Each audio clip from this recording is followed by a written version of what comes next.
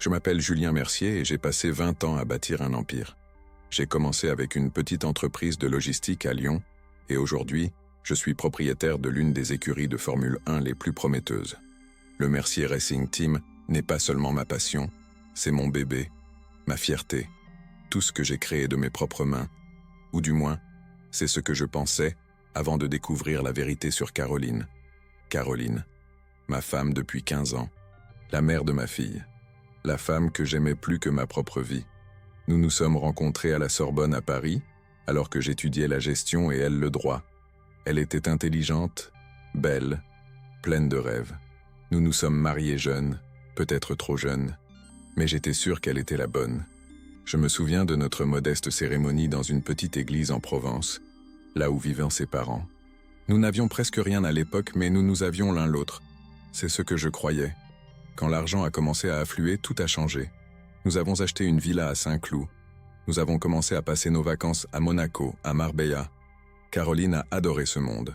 Les sacs de créateurs, les dîners dans les meilleurs restaurants étoilés, les avant-premières.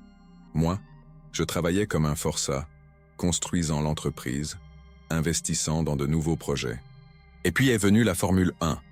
C'était mon plus grand rêve depuis l'enfance, quand je regardais les courses avec mon père dans notre petit appartement HLM. Mon père est mort avant que je puisse lui montrer que j'avais atteint cet objectif. Mais je savais qu'il aurait été fier. Le Mercier Racing Team est né il y a 3 ans. J'ai embauché les meilleurs ingénieurs, trouvé des sponsors, recruté 2 pilotes talentueux, Mathieu et Paul. Tous 2 jeunes, affamés de succès, ambitieux.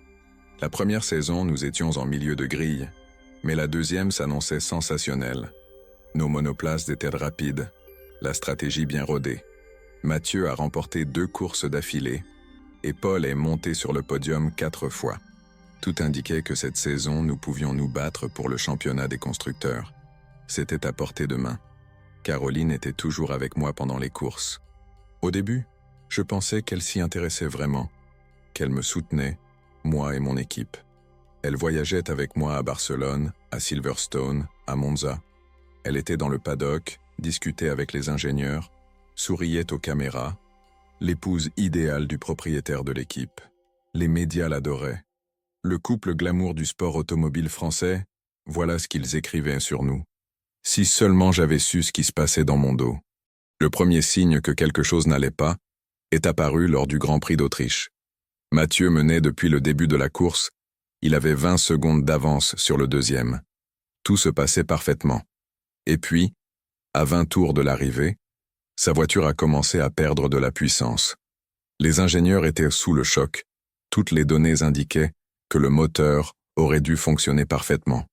Mathieu a à peine franchi la ligne d'arrivée en 8e position. Nous pensions que c'était une panne, que quelque chose avait cloché avec l'électronique. Personne ne soupçonnait un sabotage. Une semaine plus tard, lors des essais en Belgique, Paul a perdu le contrôle dans le raidillon de l'eau rouge. Ses freins ont lâché. Il a survécu par miracle. La monoplace a percuté la barrière de sécurité à plus de 200 km/h. Paul a fini à l'hôpital avec une côte cassée et une commotion cérébrale. Quand j'ai vu cet accident sur l'écran, j'ai cru devenir fou. C'était mon pilote, mon gamin, pour qui je me sentais responsable comme pour un membre de ma famille. Il aurait pu y rester. Il aurait pu simplement ne plus être là. Et j'aurais dû aller voir ses parents pour leur dire que leur fils était mort dans ma voiture. J'ai ordonné aux ingénieurs de tout revérifier depuis le début. Absolument tout. Ils ont démonté les voitures pièce par pièce. Et c'est là que le chef mécano, le vieux Gérard, qui travaillait avec moi depuis le début, est venu me voir avec quelque chose que j'aurais préféré ne jamais voir. Dans sa main, il y avait une petite puce, cachée dans le système de gestion du moteur de Mathieu. Une puce qui n'aurait pas dû être là. Une puce qui pouvait contrôler les paramètres du moteur à distance. Et une seconde, dans la voiture de Paul, connectée au système de freinage. Quelqu'un sabotait mes voitures. Quelqu'un mettait délibérément la vie de mes pilotes en danger. Quelqu'un détruisait tout ce pour quoi j'avais travaillé pendant des années. Mais qui et pourquoi? Gérard était terrifié. Il a dit que ces puces étaient du travail de pro, que quelqu'un devait avoir accès au garage, connaître parfaitement la conception des monoplaces. Nous avons commencé à vérifier discrètement les enregistrements des caméras de surveillance. Et là, sur l'enregistrement de la nuit précédant la course en Autriche, je l'ai vue. Caroline, ma femme. Elle entre dans le garage à 3 heures du matin, quand tout le monde dort. Elle n'était pas seule. Un homme était avec elle. Je n'ai pas vu son visage tout de suite, mais à sa silhouette, à sa façon de bouger, je l'ai reconnu immédiatement. Lorenzo Bianchi, l'Italien, le propriétaire de Bianchi Motorsport, notre plus grand concurrent cette saison. Le type qui essayait de me dépasser depuis 2 ans, qui faisait tout pour nous battre. Le type qui avait perdu 3 courses d'affilée à notre profit. Et maintenant, je comprenais pourquoi. Il n'avait pas besoin de gagner. Il suffisait que nous perdions. Je regardais cet écran et je sentais le monde s'écrouler sur ma tête. Caroline lui tend quelque chose de petit, ces maudites puces. Il l'embrasse. Pas sur la joue, pas amicalement. Il l'embrasse comme je l'embrassais le jour de notre mariage. Ses mains sont sur ses hanches, ses doigts emmêlés dans ses cheveux. Ils restent là ensemble pendant 20 minutes. 20 minutes dans mon garage, pendant que je dormais à l'hôtel, pensant à la course du lendemain, à quel point j'étais heureux de la vie que j'avais. Gérard a vu mon visage et a quitté la pièce sans un mot. Il savait que j'avais besoin d'un moment seul avec cette vérité. Je suis resté assis là dans le bureau sombre, regardant l'enregistrement en boucle. Caroline et Lorenzo, ma femme et mon ennemi. Non seulement elle me trompait, mais elle sabotait sciemment mon équipe, exposait des gens à la mort, détruisait tout ce pourquoi je me battais. Et tout ça pour un enfoiré d'Italien héritier d'une fortune familiale, qui n'avait jamais travaillé aussi dur que moi de sa vie. Je n'ai pas pleuré. C'était étrange, mais je ne pouvais pas. Je ne ressentais qu'un calme glacial, comme si quelqu'un avait éteint toutes mes émotions. J'ai pensé à notre fille, Sophie, qui était maintenant en école d'art à Lyon, inconsciente de ce que sa mère avait fait. J'ai pensé à toutes ces années gâchées à faire confiance à une femme qui s'est avérée capable d'une chose aussi monstrueuse. Je savais une chose. Cela ne finirait pas simplement par un divorce et un partage des biens. Caroline et Lorenzo ne m'avaient pas seulement brisé le cœur. Ils avaient mis des vies en jeu. Ils avaient essayé de détruire tout ce que j'avais bâti. Et maintenant que je connaissais la vérité, je n'avais pas l'intention de partir tranquillement. Pendant les 2 jours suivants, je n'ai rien laissé paraître. C'était la chose la plus difficile que j'ai jamais eue à faire. M'asseoir à dîner avec Caroline, parler de choses banales, faire comme si de rien n'était. Elle était calme, souriante, me racontait l'ouverture d'un nouveau spa par son amie Magali. Je la regardais et je me demandais si je la connaissais vraiment, si je l'avais jamais connue. Gérard et moi travaillions en secret. Nous avons vérifié tous les enregistrements des 6 derniers mois. Il s'est avéré que ce n'était pas la première fois. Caroline avait rencontré Lorenzo au moins 10 fois dans notre garage, toujours la nuit, toujours quand l'équipe était en déplacement. Elle lui transmettait des informations sur nos voitures, sur nos stratégies de course, sur tout. C'était son espionne. Et sa maîtresse. Ces 2 choses allaient de pair, comme si l'une ne pouvait exister sans l'autre. J'ai trouvé son téléphone un soir alors qu'elle était sous la douche. Le mot de passe était la date de notre mariage. Quelle ironie. Les messages à Lorenzo étaient tous là. Je t'aime. J'ai hâte que nous soyons ensemble. Julien ne sait rien, il est trop occupé avec ses jouets. Ses jouets. C'est ainsi qu'elle appelait mon équipe, ma passion, le travail de toute une vie. Des jouets. Mais ce n'était pas le pire passage. Dans un message envoyé la veille de l'accident de Paul, elle a écrit « Ça marchera demain. Ce sera au raidillon. Julien sera trop occupé pour remarquer quoi que ce soit. Et même si quelqu'un survit, ils penseront que c'est une panne. » J'ai relu ces mots encore et encore, n'arrivant pas à y croire. Elle avait planifié cet accident. Elle savait ce qui allait se passer. Et elle était prête à accepter que Paul puisse mourir. Un gamin de 23 ans de Toulouse, qui rêve de podium, qui appelle sa mère après chaque course. Pour elle, ce n'était qu'un obstacle dans la carrière de son amant. J'ai fait des captures d'écran de tout. Chaque message, chaque photo qu'il s'envoyait. Lorenzo lui envoyait des photos de ses courses, elle lui envoyait des photos nues. J'étais malade, physiquement malade en voyant ça. Mais j'ai tout gardé. Chaque preuve. J'ai engagé un détective privé, Pierre Leroux, un ancien flic de Paris spécialisé dans les affaires économiques. En une semaine, il m'a fourni un rapport encore plus dévastateur. Caroline et Lorenzo ne se voyaient pas seulement en France. Ils étaient ensemble à Rome, à Paris, à Monaco. Toujours quand j'étais en réunion d'affaires ou occupé par les préparatifs des courses. Elle me disait qu'elle allait voir sa sœur à Bordeaux ou au spa avec ses amis. Elle m'a menti droit dans les yeux pendant plus d'1 an. Mais Pierre a découvert autre chose. Lorenzo n'agissait pas seul. Toute son équipe était impliquée. Son ingénieur en chef, Marco Ferretti, était celui qui concevait ces puces de sabotage. Ils avaient même des plans de secours. Si mes voitures gagnaient malgré le sabotage, ils prévoyaient de signaler de fausses infractions au règlement à la FIA pour nous faire disqualifier. C'était une opération organisée, pensée dans les moindres détails. Et Caroline était au centre de tout ça. Pas seulement parce qu'elle couchait avec Lorenzo, même si pour elle, c'était évidemment important, mais surtout parce qu'elle avait accès à des informations qu'il n'aurait jamais pu obtenir autrement. Elle connaissait nos plans, nos faiblesses, tout. Et je lui faisais confiance. Je lui montrais tout, je partageais mes projets au dîner, autour d'un verre de vin dans notre chambre. Chaque mot que je prononçais était une arme entre les mains de mon plus grand concurrent. Quand Paul est sorti de l'hôpital, je lui ai rendu visite dans son appartement à Paris. Il vivait modestement pour un pilote de F1, un petit appartement dans le 15e, rempli d'affiches de courses et de photos de vacances en famille. Sa mère nous préparait du thé, et je regardais ce garçon couvert de bandages en ressentant une rage comme je n'en avais jamais connue auparavant.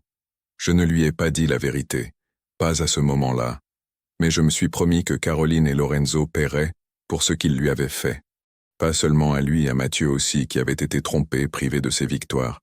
À toute mon équipe qui travaillait jour et nuit sans savoir que quelqu'un détruisait délibérément leurs efforts. J'ai commencé à planifier. Ça ne pouvait pas être simple. Divorce, partage des biens, fin de l'histoire. Non, ça devait être quelque chose de plus grand. Quelque chose qui leur montrerait réellement les conséquences de leurs actes. Caroline avait toujours aimé la vie de façade, les soirées, les galas, être au centre de l'attention. Lorenzo se présentait fièrement comme un génie autofinancé du sport automobile, bien que tout le monde dans le milieu sache que son argent venait de la fortune familiale. Ils étaient tous les deux arrogants, sûrs d'eux, convaincus d'être intouchables. La première étape a été de sécuriser mes actifs. Caroline ne le savait pas, mais la majeure partie de ma fortune était dans des fonds fiduciaires que j'avais créés pour Sophie. Légalement, Caroline n'y avait pas accès. Notre maison appartenait à ma société, pas à nos noms propres. Les voitures, les comptes bancaires. J'ai tout passé en revue avec mon avocat, Alain Dupuis, qui était avec moi depuis la création de l'entreprise. Alain était méticuleux, impitoyable et loyal. Quand je lui ai montré les preuves, il a secoué la tête et a seulement dit « Julien, c'est monstrueux, mais on va l'avoir légalement. Et on va faire ça de manière à ce qu'elle ne s'en relève jamais. » La deuxième étape a été de rassembler toutes les preuves en un seul endroit. Pierre m'a fourni un rapport complet. Date des rencontres, photos, enregistrement des caméras de sécurité des hôtels, relevé de cartes de crédit de Caroline, montrant qu'elle payait souvent les chambres pour elle et Lorenzo. J'avais tout, chaque détail de leur liaison. La troisième étape était d'attendre le bon moment. Le Grand Prix de Monaco approchait, la course la plus prestigieuse de la saison. Lorenzo et son équipe étaient en tête du classement général, principalement grâce à nos courses sabotées. Les médias parlaient de lui comme de la nouvelle star du sport automobile italien. Caroline prévoyait d'y être avec moi, bien sûr. Le grand gala, tous les sponsors, toutes les caméras. L'endroit idéal pour elle. Mais j'avais d'autres projets. Ces 2 dernières semaines, Gérard et l'équipe d'ingénieurs avaient travaillé sur quelque chose de spécial. Nous avons inspecté chaque millimètre de nos voitures. Nous les avons nettoyés de tout sabotage. Nous les avons améliorés là où c'était possible. Mathieu et Paul s'entraînaient comme jamais auparavant.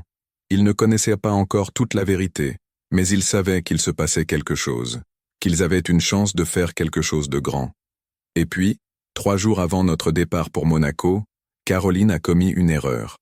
Nous revenions d'un dîner à Paris chez Guy Savoy, où nous allions toujours pour les grandes occasions. Ce soir-là, nous fêtions son anniversaire. Je lui avais acheté un bracelet en diamant. Par réflexe, c'était ma nature. Même maintenant, sachant tout, une partie de moi jouait encore ce rôle de mari aimant. Peut-être pour l'endormir. Peut-être parce que je n'arrivais pas à m'en détacher. Quand nous sommes entrés dans la maison, son téléphone a sonné. Lorenzo. J'ai vu le nom sur l'écran. Elle m'a regardé, a souri d'un air d'excuse et a dit « C'est Magali, je dois répondre. C'est pour son spa. » Elle est allée dans son bureau et a fermé la porte. Je me suis approché doucement, je suis resté près de la porte. Et j'ai entendu sa voix, douce, tendre, pleine d'un amour qu'elle n'avait plus jamais pour moi. Je sais, chérie, tu me manques aussi. Encore quelques jours et nous serons ensemble à Monaco. Julien ne se doute de rien. Il est tellement naïf, tellement absorbé par son équipe. Il n'a aucune idée que dans un mois tout sera à nous. Son argent, son entreprise, tout. Je me tenais derrière cette porte et je sentais toutes les pièces du puzzle se mettre en place. Il ne s'agissait pas seulement de trahison. Il ne s'agissait pas seulement de sabotage. Caroline et Lorenzo prévoyaient de s'emparer de tout ce que j'avais construit. Ils avaient un plan, un moyen de me prendre l'entreprise, l'argent, tout. Et elle pensait que j'étais assez bête pour ne rien remarquer. Naïf. Elle m'a traité de naïf. Après 15 ans de mariage, après toutes ces années de travail acharné, de loyauté, d'amour, pour elle, je n'étais qu'un imbécile naïf qu'on pouvait utiliser et jeter. Je me suis éloigné de la porte avant qu'elle ne sorte. Je me suis assis dans le salon avec un verre de whisky, du Jameson, la seule chose que j'avais héritée de mon père, à part son amour pour les courses. Quand Caroline est revenue, elle souriait toujours, jouant toujours l'épouse heureuse. Elle m'a embrassé sur la joue et m'a dit que Magali avait des problèmes avec son entreprise, qu'elle devait la conseiller. J'ai hoché la tête, feignant l'intérêt. Tout ce temps, je pensais à ce que j'avais entendu. Dans un mois, tout sera à nous. Le lendemain, j'ai appelé Alain. Nous nous sommes rencontrés à son cabinet sur le boulevard Haussmann. Un bureau moderne, verre et métal, tout stérilement professionnel. Alain a écouté en silence pendant que je lui racontais la conversation que j'avais surprise. Quand j'ai fini, il a soupiré profondément et a dit « Julien, ça ressemble à une tentative de prise de contrôle hostile par la ruse. Nous devons agir vite.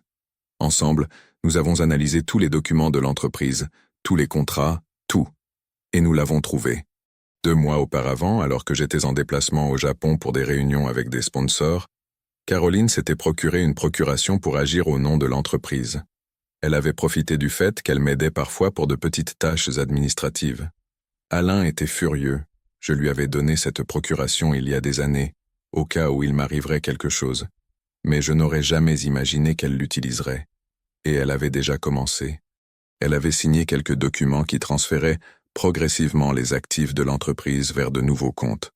Des comptes auxquels elle avait accès.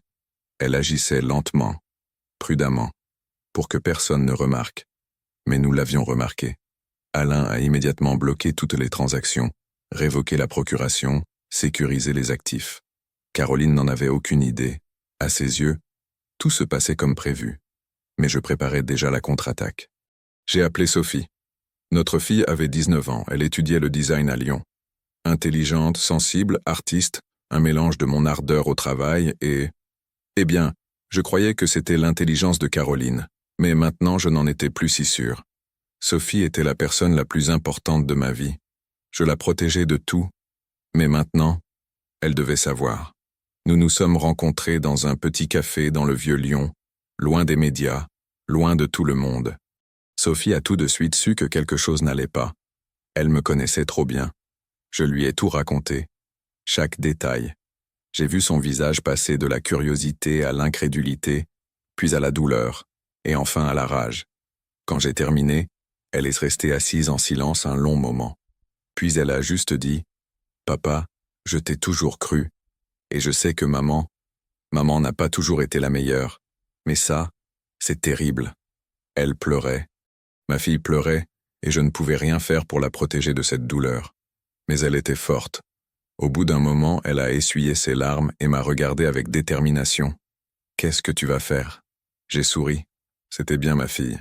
« Justice, ai-je répondu. Simplement la justice. » Monaco arrivait à grands pas. J'avais déjà tout planifié. Pierre m'a fourni les dernières preuves. L'enregistrement d'une conversation de Lorenzo avec son ingénieur, où il parlait explicitement du sabotage, des puces, de tout. L'enregistrement était illégal, mais je n'en avais pas besoin pour le tribunal. J'en avais besoin pour autre chose. 3 jours avant la course, Caroline a commencé à faire ses valises. Elle était excitée, parlait au téléphone avec des amis de robe de gala, de ce week-end merveilleux qui s'annonçait. Moi, je faisais mes valises en silence. Je savais que pour elle, ce serait le dernier week-end de ce genre. Pour moi, ce serait le début d'un nouveau chapitre.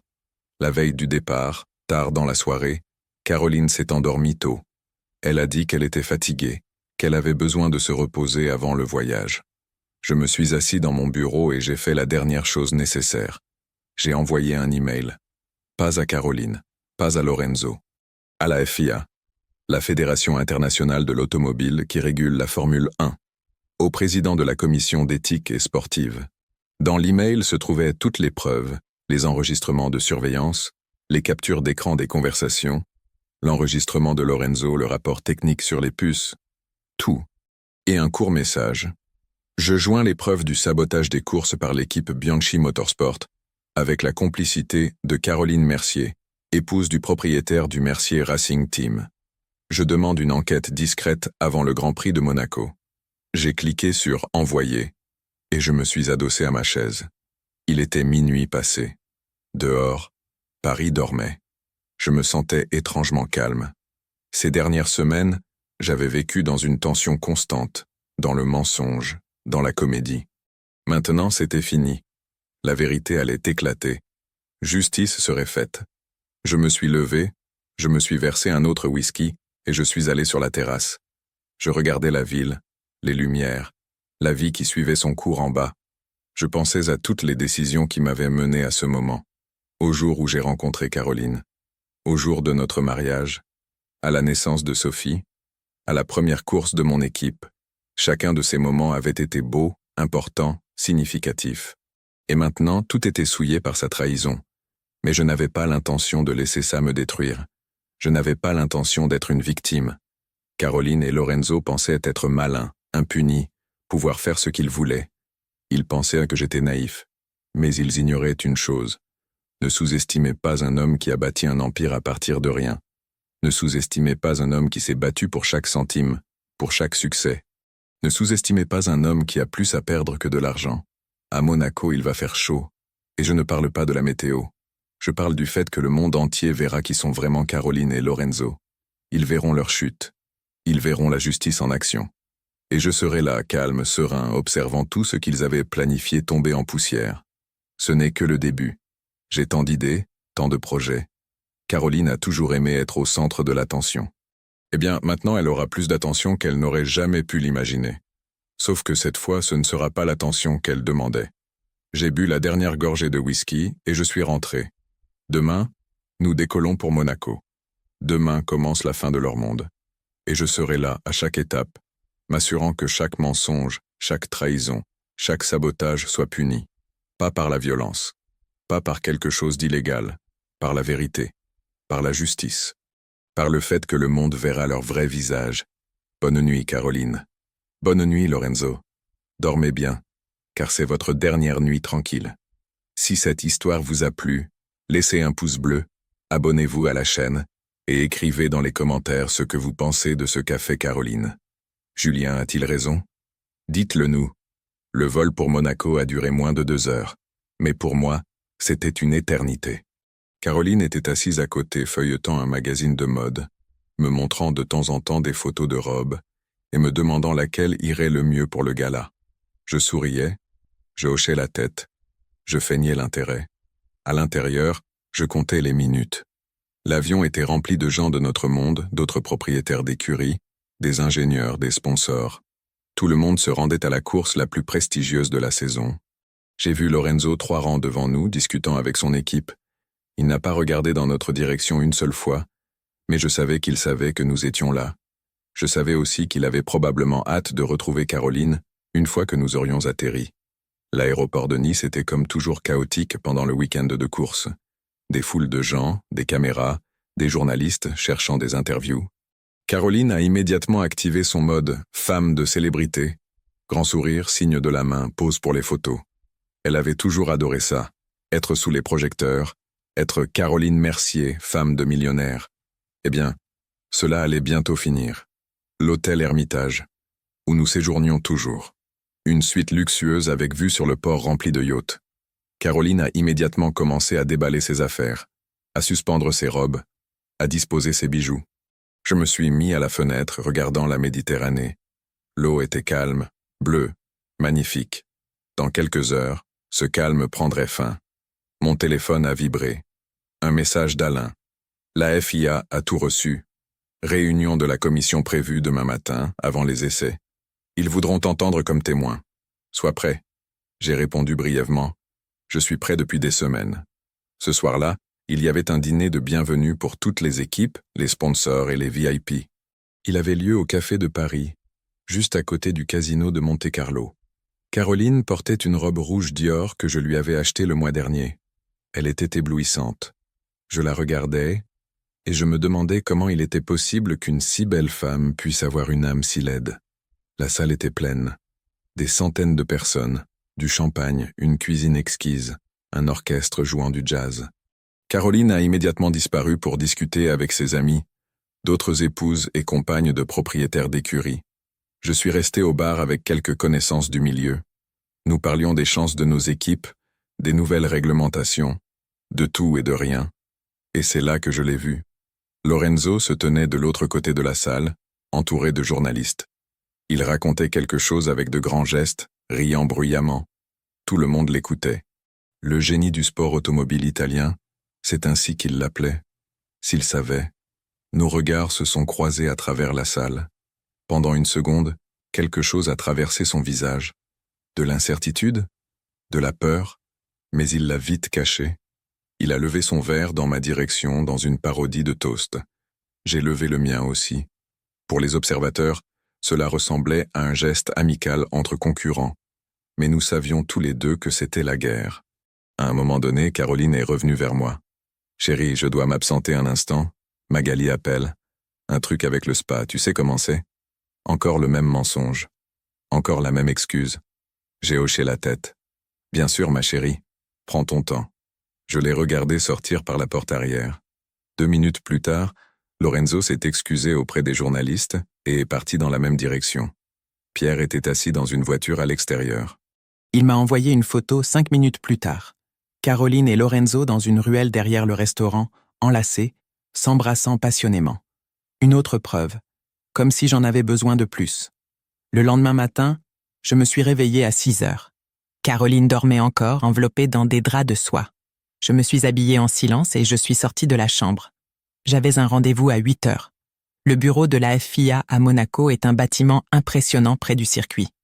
La commission d'éthique et sportive m'attendait dans la salle de conférence. 6 personnes derrière une longue table, visage grave, documents devant eux. J'en connaissais quelques-uns. C'étaient des gens qui avaient construit les règles et les normes de notre sport pendant des années. Le président de la commission, un Français nommé Pierre Dubois, m'a indiqué une chaise. « Monsieur Mercier, nous avons reçu vos documents. Ils sont très inquiétants. Veuillez tout nous raconter depuis le début. » J'ai parlé pendant 1 heure. Chaque détail, chaque preuve. Je montrais les enregistrements, les documents, tout. Ils écoutaient avec tension, prenant des notes, posant des questions. Quand j'ai fini, le silence est tombé. C'est le cas de sabotage le plus grave de l'histoire de la Formule 1, a finalement dit Dubois. Si tout cela se confirme, l'équipe Bianchi sera disqualifiée. Lorenzo Bianchi recevra une interdiction à vie de participer à tout événement de la FIA. Et votre femme ? Il a hésité. Votre femme devra répondre devant les autorités. Ce n'est pas seulement une affaire sportive, c'est un crime. J'ai hoché la tête. Je savais. Je le savais depuis le début. Quand allez-vous agir ? Ai-je demandé. Cet après-midi, avant les qualifications, nous devons examiner les voitures de l'équipe Bianchi, interroger leurs ingénieurs. Si nous trouvons les puces ou tout dispositif de sabotage en leur possession, ce sera une preuve suffisante. Nous combinerons cela avec vos enregistrements et documents. Dubois m'a regardé sérieusement. Monsieur Mercier, je comprends que c'est très difficile pour vous, mais vous devez être prêt à ce que cette affaire devienne publique. Les médias, le monde entier saura ce que votre femme a fait. Je suis prêt, ai-je répondu calmement. La vérité est plus importante que ma vie privée, plus importante que les sentiments de quiconque. Il s'agit de la sécurité des pilotes, de l'intégrité du sport. Je suis sorti du bureau de la FIA à 10 heures. Le soleil brillait, Monaco était magnifique comme toujours. Les gens se promenaient dans les rues, les touristes prenaient des photos. La vie suivait son cours normal. Mais je savais que dans quelques heures, tout allait changer. Je suis rentré à l'hôtel. Caroline était déjà habillée, elle consultait son téléphone. Elle a souri quand elle m'a vu. Où étais-tu? Je m'inquiétais. Réunion avec les ingénieurs. Ai-je menti facilement? Dernier préparatif avant les qualifications. Oh, je comprends. Ce sera un grand jour, n'est-ce pas? J'ai entendu dire que Lorenzo est favori.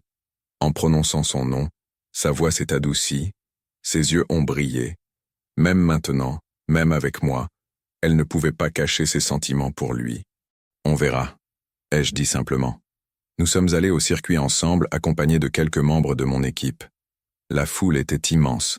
Des dizaines de milliers de personnes remplissèrent les tribunes, les rues, chaque recoin de Monaco. C'était la course la plus importante de l'année. Pour tout le monde, sauf pour moi et la FIA. Nous sommes arrivés au paddock à midi. Les équipes préparaient les monoplaces pour les qualifications de l'après-midi. Mathieu et Paul étaient déjà là, concentrés, prêts. Je me suis approché d'eux. Les gars, aujourd'hui vous roulez juste pour vous. Pas de perturbations, pas de problème. Je vous le promets. Donnez tout ce que vous avez. Ils m'ont regardé, surpris par mon ton, mais ont hoché la tête. À 13 heures, j'ai vu les voitures de la FIA entrer dans le paddock. 4 véhicules, une douzaine d'officiels. Ils se dirigeaient droit vers le garage de Bianchi Motorsport. Les gens commençaient à remarquer qu'il se passait quelque chose. Les journalistes se sont précipités vers eux. Lorenzo est sorti de son garage, l'air nerveux. Caroline était à côté de moi. « Qu'est-ce qui se passe ?» a-t-elle demandé.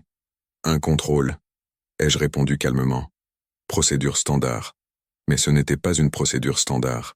J'observais les officiels de la FIA saisir les ordinateurs portables, des pièces de voiture, des cartons entiers de documents. Lorenzo essayait de protester, ses ingénieurs avaient l'air terrifiés. L'un d'eux, Marco Ferretti, celui qui concevait les puces, a essayé de cacher quelque chose, mais a été arrêté par la sécurité. Et là, il s'est passé quelque chose auquel je ne m'attendais pas. Marco a commencé à parler. Je voyais qu'il discutait avec les officiels, qu'il gesticulait, qu'il pointait différentes parties de l'atelier. Il a craqué. Sous la pression, par peur des conséquences, il a simplement craqué et a tout balancé. 20 minutes plus tard, le paddock a explosé. Les journalistes couraient dans toutes les directions, les caméras filmaient chaque mouvement des officiels de la FIA, les gens chuchotaient, spéculaient. Personne ne savait encore exactement ce qui se passait, mais tout le monde sentait que c'était quelque chose d'énorme. Caroline était à côté de moi, plus pâle que d'habitude. Ses mains tremblaient légèrement alors qu'elle vérifiait son téléphone. Elle essayait probablement de contacter Lorenzo, mais il était à l'intérieur du garage, entouré par les officiels. Injoignable. Pour la première fois depuis longtemps, il était hors de sa portée, et elle ne savait pas quoi faire. Pierre Dubois est sorti du garage Bianchi. Il tenait un dossier de documents à la main. Il marchait droit vers moi. Les gens s'écartaient devant lui. Tout le monde savait qui c'était. Le président de la commission d'éthique de la FIA n'apparaît pas sur le circuit sans une raison sérieuse. « Monsieur Mercier », a-t-il dit fort, assez fort pour que tout le monde autour l'entende. « La commission de la FIA doit vous parler, officiellement. » C'était convenu entre nous. Une convocation publique pour que personne ne soupçonne que je collaborais avec eux depuis le début. Je l'ai suivi jusqu'au bureau mobile de la FIA. Les caméras nous filmaient. Caroline est restée seule, perdue, terrifiée. Très bien. Dans le bureau, Dubois a fermé la porte et m'a souri. Nous avons tout trouvé. Les puces, les schémas, les communications électroniques entre Ferretti et des entreprises technologiques externes. Marco Ferretti a tout avoué. Il a confirmé avoir agi sur ordre de Lorenzo Bianchi. Et il a nommé votre femme comme la personne qui fournissait les informations sur vos voitures. J'ai hoché la tête. Je savais que ça se passerait comme ça, mais l'entendre officiellement m'a procuré un étrange soulagement. Je n'étais pas fou, je n'étais pas paranoïaque. Tout ce que j'avais découvert était vrai. Et maintenant, ai-je demandé. Maintenant, nous allons publier un communiqué. Lorenzo Bianchi sera disqualifié avec une interdiction de courir à vie. L'équipe Bianchi Motorsport est exclue de la saison, tous leurs résultats annulés. Et votre femme? Il a hésité. Votre femme sera convoquée pour témoigner devant les autorités monégasques. Ce n'est plus seulement une affaire sportive. Elle a mis la vie de gens en danger. C'est une tentative de meurtre. Tentative de meurtre. Ces mots ont flotté dans l'air. Paul a failli mourir au Raidillon. Mathieu aurait pu mourir en Autriche. Tout ça à cause des puces qu'elle a aidé à installer. Tout ça à cause de sa trahison. Je suis retourné au paddock une demi-heure plus tard. La foule était encore plus grande. Des caméras partout, des journalistes hurlant des questions. Les gens essayèrent de comprendre ce qui se passait. Et alors, la FIA a publié le communiqué officiel. L'écran géant sur le circuit a affiché le message. La Fédération internationale de l'automobile informe de la découverte de graves infractions aux règlements sportifs et éthiques. L'équipe Bianchi Motorsport est disqualifiée de toutes les compétitions de la FIA avec effet immédiat. Lorenzo Bianchi reçoit une interdiction à vie de participer à tout événement organisé par la FIA. Les détails suivront lors d'une conférence de presse à 15h. Le paddock s'est figé. Un silence absolu pendant quelques secondes. Et puis le chaos a éclaté. Les journalistes couraient vers leurs caméras, les gens criaient, téléphonaient. J'ai vu Lorenzo sortir de son garage, blanc comme un linge, entouré par la sécurité de la FIA. Il essayait de dire quelque chose, gesticulait, mais personne ne l'écoutait. Caroline m'a trouvé dans la foule. Ses yeux étaient rouges, son maquillage coulait. « Julien, qu'est-ce qui se passe? Tout le monde parle de sabotage, de Lorenzo. Qu'est-ce qui se passe ?» Je l'ai regardé.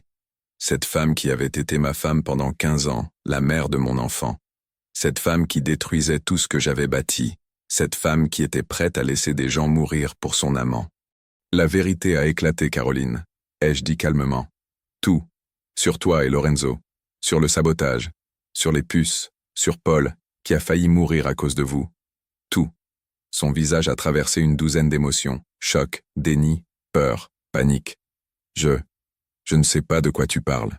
Julien, c'est un malentendu. Ne mens pas, l'ai-je coupé froidement. Pas ici, pas maintenant. J'ai les enregistrements, j'ai les messages, j'ai tout. La FIA a tout. Et dans un instant, le monde entier aura tout. Je me suis retourné, je suis parti. Je l'ai laissé là, seul au milieu de la meute de journalistes qui commençaient déjà à la reconnaître, à poser des questions. J'ai vu par-dessus mon épaule qu'elle essayait de s'enfuir, que la sécurité de la FIA se dirigeait vers elle. Je ne me suis pas retourné. La conférence de presse de 15h a été retransmise en direct dans le monde entier. Pierre Dubois était assis derrière la table, à côté de lui d'autres membres de la commission. La salle était pleine à craquer, des journalistes de tous les pays, des caméras de télévision, des photographes. « Mesdames et messieurs », a commencé Dubois. La Fédération internationale de l'automobile a découvert l'un des cas de fraude sportive les plus graves de l'histoire du sport automobile. L'équipe Bianchi Motorsport, sous la direction de Lorenzo Bianchi, a systématiquement saboté les monoplaces de l'équipe concurrente, Mercier Racing Team. Il a montré des photos des puces, des schémas, des documents. Il expliquait comment elles fonctionnaient, ce qu'elles faisaient, comment elles étaient installées. La salle a explosé de questions, mais Dubois a continué. De plus, Caroline Mercier, épouse du propriétaire de l'équipe Mercier Racing Team, était impliquée dans le sabotage.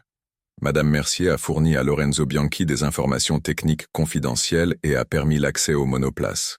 Leurs actions ont directement conduit à la panne qui aurait pu se solder par la mort du pilote Paul Dubois en Belgique. Mon nom, le nom de Caroline, le nom de Paul, tout était là, en direct, devant le monde entier. Mon téléphone a commencé à vibrer sans arrêt. Des messages de Sophie, d'Alain, d'amis, de journalistes. Je l'ai éteint. Les médias sont devenus fous. En 1 heure, l'histoire était partout. BBC, Sky Sports, Canal+, toutes les chaînes de télévision françaises. Le plus grand scandale de l'histoire de la F1, trahison, sabotage et tentative de meurtre. La femme du millionnaire au cœur de l'affaire. Des photos de Caroline et Lorenzo, nos photos de mariage, des photos de course. Tout était montré, analysé, commenté. Le soir, j'étais assis seul dans ma chambre d'hôtel. J'ai éteint la télévision, je ne pouvais plus écouter. J'ai appelé Sophie. « Papa !» Sa voix se brisait. Je vois ça partout. Tout le monde en parle. À l'école, aux infos, partout. Je sais, ma chérie. Je suis désolé que tu aies dû la prendre de cette façon. Ne t'excuse pas. Ce n'est pas ta faute. C'est... Elle a hésité. Est-ce que maman a vraiment fait ça? Était-elle vraiment prête à laisser des gens mourir? Je ne pouvais pas lui mentir. Oui, Sophie. Elle l'a fait. Et elle devra en répondre. Je l'entendais pleurer à l'autre bout du fil. J'ai toujours pensé qu'elle nous aimait, qu'elle t'aimait, qu'elle aimait la famille. Comment peut-on faire une chose pareille? Je ne sais pas, Trésor. Peut-être que nous ne le saurons jamais. Nous avons parlé encore 1 heure. Je lui disais que tout irait bien, que nous étions forts, que nous traverserions cela ensemble. Mais au fond de moi, je me demandais si c'était vrai. Peut-on survivre à une chose pareille? Peut-on se relever après un tel événement? Le lendemain, Caroline a été arrêtée par la police monégasque. Les photos d'elle menottée, conduite vers la voiture de police, ont fait le tour du monde. Elle avait l'air brisée, détruite. Une partie de moi ressentait de la compassion. Malgré tout, c'était la femme que j'avais aimée autrefois. Mais la plus grande partie ne ressentait que du soulagement. Justice avait été faite. Lorenzo a essayé de s'enfuir de Monaco la nuit même. Il a été arrêté à l'aéroport de Nice. Sa photo, maquillage coulé, cheveux en bataille, regard désespéré, était en couverture de tous les journaux. Le prince déchu du sport automobile, c'est ainsi qu'ils l'ont appelé. Leur liaison a également éclaté au grand jour. Les médias ont trouvé des photos d'hôtels, des témoins, tout. Chaque détail de leur liaison était analysé, commenté, moqué. Caroline est devenue le symbole de la trahison, Lorenzo le symbole de la malhonnêteté. Leur nom était souillé à jamais. La course de Monaco s'est déroulée sans l'équipe Bianchi. Leur place dans le paddock est restée vide, symboliquement entourée de rubans jaunes. Mathieu et Paul ont piloté comme jamais auparavant, sans sabotage, sans perturbation, juste de la vitesse pure et du talent. Mathieu a gagné. Paul a fini deuxième. Double podium pour le Mercier Racing Team. Je me tenais sur le podium, écoutant la Marseillaise résonner au-dessus du circuit de Monaco. Je regardais la foule, les caméras, tout ce monde qui, il y a une semaine encore, semblait être sous le contrôle de Caroline et Lorenzo. Et maintenant, ils étaient en détention, leur carrière finie, leur réputation en ruine. Et j'étais ici, au sommet, là où j'aurais toujours dû être. Mais la victoire avait un goût amer. Je pensais à ce que j'avais perdu en chemin. Un mariage, la confiance, des années de vie gâchées dans des mensonges. Même dans ce moment de triomphe, je ressentais un vide. Une semaine après Monaco, je suis rentré en France. Les médias assiégeaient à ma maison, mais Alain avait organisé la sécurité. Je n'ai pas parlé aux journalistes. Je n'avais pas besoin de le faire. La vérité parlait d'elle-même. Caroline a été accusée de sabotage industriel, d'escroquerie et de mise en danger de la vie d'autrui. La justice française coopérait avec la justice monégasque. Le procès devait durer des mois, peut-être des années. Ses parents m'ont appelé, implorant ma pitié, mon aide. Je leur ai dit que je n'étais plus responsable de leur fille, qu'elle avait fait ses choix et qu'elle devait maintenant en assumer les conséquences. J'ai déposé une demande de divorce. Alain avait tout préparé parfaitement. Patrimoine sécurisé, documents en ordre, preuves rassemblées. Caroline n'aurait pas un centime. Tout ce que j'avais construit resterait à moi et à Sophie. C'est la loi, quand la trahison et le crime sont aussi bien documentés. Lorenzo a tout perdu. Son équipe a été dissoute. Les sponsors se sont retirés immédiatement. La fortune familiale a été gelée par un tribunal italien. Les médias ont rapporté que son père l'avait déshérité publiquement, ne voulant pas être associé au scandale. Lorenzo s'est retrouvé seul, sans argent, sans carrière, sans avenir. Parfait. Mais ma vengeance ne s'est pas arrêtée là. C'était seulement la première phase. J'ai commencé la seconde. J'ai contacté tous les sponsors qui avaient un jour soutenu Bianchi Motorsport. Je leur montrais les preuves. Je leur expliquais comment ils avaient été utilisés, comment leur argent finançait une fraude. La plupart étaient furieux. Certains ont porté plainte contre Lorenzo. L'une après l'autre, ses affaires s'effondraient. Son appartement à Monaco a été mis en vente pour payer ses dettes. La Ferrari qu'il conduisait a été saisie. Ses comptes bancaires gelés. Marco Ferretti coopérait avec la justice en échange d'une peine plus légère, mais tout ce qu'il disait ne faisait qu'aggraver les problèmes de Lorenzo. Et Caroline? Caroline a été placée en détention provisoire à Paris, sans caution. Le tribunal a estimé qu'il y avait un risque de fuite. Ces photos du tribunal montraient une femme brisée, détruite. Les sacs de créateurs avaient été remplacés par un uniforme de prison. Les hôtels de luxe, par une cellule avec un lit en métal. Ses amis, toutes ces femmes qu'il invitait autrefois à des soirées exclusives, ne répondaient plus au téléphone. Personne ne voulait être associé à elle.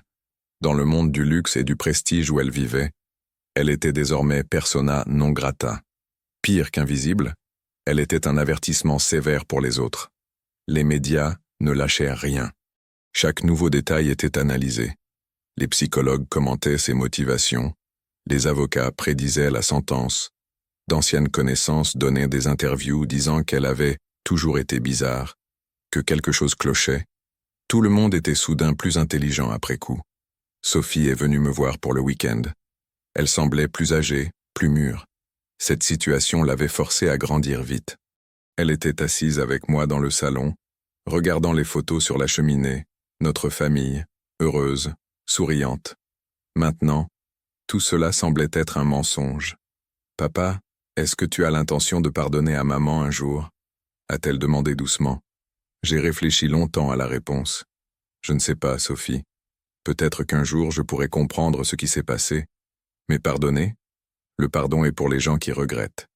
Et ta mère regrette seulement d'avoir été prise. J'irai la voir en prison, a-t-elle dit. Je sais que c'est mal ce qu'elle a fait, mais c'est toujours ma mère. Je l'ai serrée dans mes bras. Je comprends, ma chérie. Et c'est ton droit. Je ne te demanderai pas de choisir entre nous. Ce n'est pas ta faute, ce n'est pas ton combat. 3 mois plus tard a eu lieu le procès. Une salle d'audience à Paris, pleine de journalistes, de curieux, de gens du monde du sport automobile. Caroline était assise à côté de son avocat, plus pâle, maigre, l'ombre de la femme qu'elle avait été. Le procureur présentait les preuves l'une après l'autre. Les enregistrements, les messages, les témoignages de Marco, les rapports techniques. Chaque preuve était comme un clou dans le cercueil. L'avocat de Caroline a essayé d'argumenter qu'elle avait été manipulée par Lorenzo, qu'elle agissait sous le coup de l'émotion, qu'elle ne comprenait pas les conséquences. Mais il y avait trop de preuves, trop claires, trop directes. J'ai été appelé à la barre. Je me suis tenu devant la cour et j'ai raconté mon histoire. Comment j'avais bâti l'entreprise, comment j'avais fait confiance à Caroline, comment j'avais découvert la vérité. Je la regardais pendant mon témoignage. Elle regardait le sol, elle ne pouvait pas me regarder dans les yeux. Paul a aussi été appelé. Il a raconté l'accident, comment les freins ont lâché, comment il a cru qu'il allait mourir. Sa voix se brisait pendant son récit. La salle était dans un silence complet. Quand il a fini, plusieurs personnes pleuraient. Le verdict a été annoncé 2 semaines plus tard. Caroline a pris 5 ans de prison pour sabotage industriel et mise en danger de la vie d'autrui. Lorenzo a pris 7 ans en Italie. Leur carrière dans le sport automobile est finie à jamais. Leur réputation détruite irrémédiablement. Leur vie, telle qu'ils la connaissaient, a cessé d'exister. Je me tenais devant le palais de justice quand le verdict a été annoncé. Les journalistes demandaient si je me sentais satisfait, si c'était fini, si je pouvais pardonner. J'ai dit seulement « Justice a été faite. Maintenant, je dois me concentrer sur l'avenir. » Mais à l'intérieur, je ressentais un étrange mélange d'émotions. Le soulagement que ce soit fini. La tristesse pour la vie que j'aurais pu avoir.